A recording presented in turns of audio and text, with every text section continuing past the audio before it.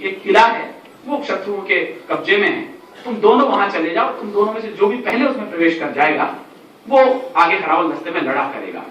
राणा को सपने में भी कल्पना नहीं थी कि कल आने वाला जो युद्ध होगा वो इतिहास में एक अपनी मिसाल होगा। बस मैं कविता शुरू करता हूं, बीच में कहीं नहीं बोलूंगा, सिर्फ कविता आपसे बात करेगी। जहां शीश ने निज कर्तव्य पर युद्ध किया करते हैं, क्या है राजस्थान में, शुरू करता हूं। लोगों ने कहा सूखा बहुत है राजस्थान में, मैंने उत्तर देने की कोशिश की है और सिर्फ कविता में। जहां शीशले निज कर्तव्य पर युद्ध किया करते हैं और मान के धनी प्राण धन वार दिया करते हैं, राजस्थानी धरा शौर्य की कथा कहा करती है। एक लाइन कविता की पहुंच जाए, मुझे सूचना देना, मैं कविता शुरू कर दूंगा। तो राजस्थानी धरा शौर्य की कथा कहा करती है, पानी कम है मगर रक्त की नदी बहा करती है। पानी कम है मगर रक्त की नदी बहा करती है, पानी कम है मगर रक्त की नदी बहा करती है। जहां फुलसी कोमल नारी शोलों पर चलती हैं और वंश की बेल नुकीले भालों पर पलती हैं। राणा पुत्र अमर सिंह बिन मेवाड़ वंश गौरव थे, चूड़ावत शक्तावत मानो शत्रु कौरव थे, किंतु हरावल दस्ते में बस चूड़ावत लड़ते थे। शक्तावत यह देख देख कर मन ही मन उड़ते थे, यह विचार उन सबको ही बालू सिंह तक ले आया, उनके सेनापति का नाम, यह विचार उन सबको ही बालू सिंह तक ले आया। उद्वेलित बालू सिंह भी झटपट राणा तक धाया, बोला श्रीमन हम भी पौरुष तलवारें रखते हैं, फिर क्यों अग्रिम दस्ते में ये चूड़ावत लड़ते हैं। सम्रांगण में प्राणोत्सव का ये क्रम रोका जाए, मैं कविता का पहला बीज बोल रहा हूं। सम्रांगण में प्राणोत्सव का ये क्रम रोका जाए, एक बार यह मौका शक्तावत को सौंपा जाए, एक बार यह मौका शक्तावत को सौंपा जाए। चिंतित राणा ने इसमें देखा भीषण अंदेशा, वो जानते थे कि चूड़ावत मानेंगे नहीं। चिंतित राणा ने इसमें देखा भीषण अंदेशा, चूड़ावत सरदार जैत सिंह को भेजा संदेशा। जैत सिंह ने राणा का प्रस्ताव सुना फिर बोले, जैत सिंह ने राणा का प्रस्ताव सुना फिर बोले, जैसे पृथ्वी के कंपन को शेष नाग खंडोले। बोले श्रीमन आखिर तुमको क्यों आभास हुआ है, क्या चूड़ावत सकता, क्या चूड़ावत तलवारों से उठ विश्वास गया है। आप कहें तो बैरी दल से धड़ा पाट कर रख दूं, एक लिंग की कसम चरण में शीश काट कर रख दूं। शक्तावत प्रस्तावों ने सच हमको क्रुद्ध किया है और भूल गए घायल कबंध ने पहरों युद्ध किया है, भूल गए घायल कबंध ने पहरों युद्ध किया है। और घायल जैत सिंह आंखों में भर अंगार रहा था, क्रोधित जैत सिंह आंखों में भर अंगार रहा था, जैसे मणि छिनने के भय से विस्तर पुकार रहा था।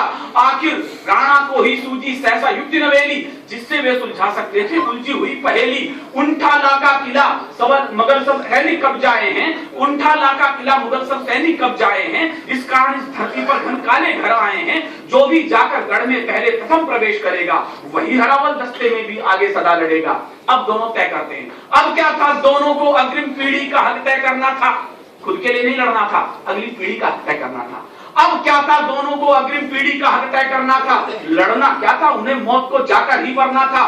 पूरी रात युगल योद्धाओं को तलवारें भाई और इधर चिंतित राणा को नींद नहीं थी आई। भोर हुई रणभेरी गूंजी और दुंधवी बोली, मेवाड़ी सुख चले खेलने आज खून की होली। आज नहीं निर्णय होना था हार और शुभ जय का। मैं मंच का ध्यान चाहता हूं, मैंने इसमें एक लाइन में कुछ विशेष बात कही है। आज नहीं निर्णय होना था हार और शुभ जय का, आज सही अंतर होना था केवल विजय विजय का। आज सही अंतर होना था केवल विजय विजय का, आज सही अंतर होना था केवल विजय विजय का। तो करने लगे भिड़ने लगे मौत से खुलकर वीर सुभट अभिमानी, लगी रक्त से कप्पर भरने काली और भवानी, लगी रक्त से कप्पर भरने काली और भवानी। दोनों योद्धा एक एक कर हरिदल काट रहे थे और दुश्मन के नरमुंडों से वो भूतल काट रहे थे। सहसा बालू सिंह का हाथी मुख्य द्वार पर आया।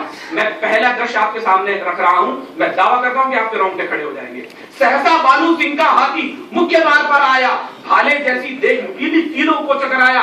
बार बार टक्कर की खातिर जो आगे बढ़ता था उतना ही वो कील भयंकर देख देख हटता था।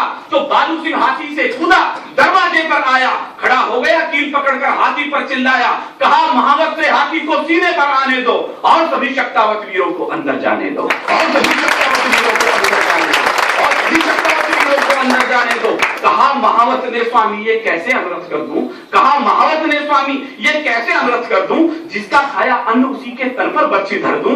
बालू बोला वीर व्यर्थ मत नाहक समय गवाओ, समय आ गया मातृभूमि का बढ़कर कर चुकाओ, समय आ गया मातृभूमि का बढ़कर कर चुकाओ। विवश महावत ने हाथी जब आगे बढ़ा दिया था, बालू सिंह ने भी सीना कीलों पर अड़ा दिया था, बालू सिंह ने भी सीना कीलों पर अड़ा दिया था। हाथी ने मस्तक की टक्कर मारी जो प्रलयंकर, मैं ध्यान चाहता हूं सवाल का, हाथी ने मस्तक की टक्कर मारी जो प्रलयंकर, दरवाजे गिर गए किले के करते शोर भयंकर। तो गज मस्तक को भिगो रही थी शत शोणित पिचकारी और दिव्य आरती आज मृत्यु की गज ने स्वयं उतारी। आज गज धरती आज मृत्यु की घटने स्वयं उतारी, हाथी शोणित की पावन गंगा में नहा चुका था और बालू सिंह भी उतर रक्त के धारे बहा चुका था। इधर बालू सिंह प्रवेश करते हैं मुख्य द्वार से, पीछे से जैत सिंह चढ़ते हैं, उनको पीछे का एक रास्ता बताया गया था। 2 मिनट का एक दृश्य देखें, मैं कविता समाप्त करता हूं। उधर जैत सिंह वीरण में इतिहास नवल गढ़ता था, बना शत्रु को काल सर्प वो कंगूरे चढ़ता था, जो ही वीर सीढ़ियों से चढ़ कंगूरे तक आया, गोली लगी वक्ष पर सहसा वीर धरा पर आया। सारे सपने टूट गए, वो कूदने वाला था अंदर, इधर से बालू सिंह का हाथी प्रवेश कर रहा है, उसे अधिकार मिलने वाला है कि तुम आगे लड़ोगे। जैत सिंह कूदने वाला था कि वो नीचे गिर गया। अब यहां से दृश्य शुरू होता है, उसने क्या किया इतिहास में मुझे दूसरा उदाहरण मिला नहीं है, आपके पास हो तो मुझे बताएं, मैं अगली बार उस पर कविता लिखूंगा। इधर जैत सिंह वीरण में इतिहास नवल गढ़ता था, बना शत्रु को काल सर्प वो कंगूरे चढ़ता था, जो ही वीर सीढ़ियों से चढ़ कंगूरे तक आया, गोली लगी वक्ष पर सहसा वीर धरा पर आया, बोला पहले अगर जिले में बालू प्रण रखेगा, वही हरावल दस्ते में भी आगे सदा लड़ेगा।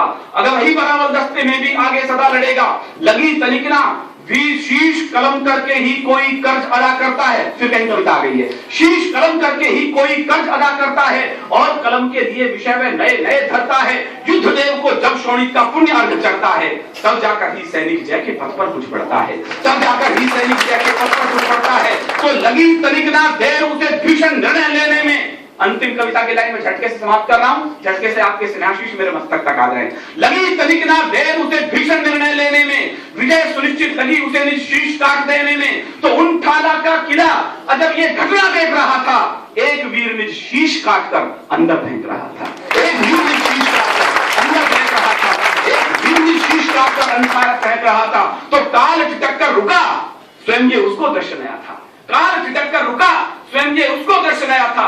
किसको लिखूं महान, सोच में पड़ी थी, हंस गया था, किसको लिखूं।